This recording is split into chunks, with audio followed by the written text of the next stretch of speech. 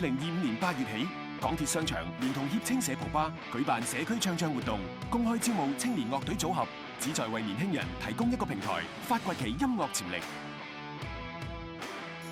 喺呢一度攞到呢個經驗，去到將來一定會有好好嘅回報俾翻你咯。可以 gather 到更加多人一齊玩，會令到佢追逐夢想嘅過程咧係開心咗。契機啊，俾我哋去跳出我哋5位嘅 comfort zone啊！我哋4個都好中意玩音樂嘅，要捉緊機會。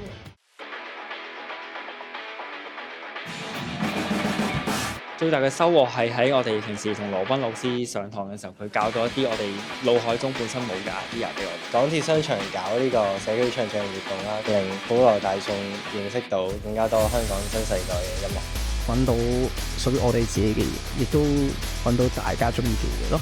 係可以真係同觀眾有一個深刻啲嘅交流，嗰個共鳴可以更加明顯。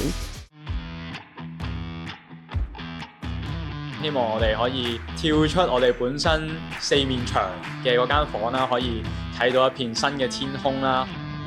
係一個專業嘅體驗，所以好開心有呢個機會。即刻成個攞自信鎖添，爽啊！其實我哋想喺商場度出 show 好耐嘅，多謝港鐵商場。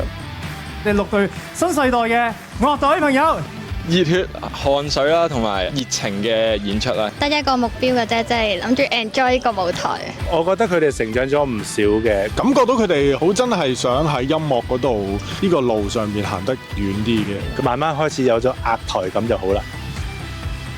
Good show！加油！Hello！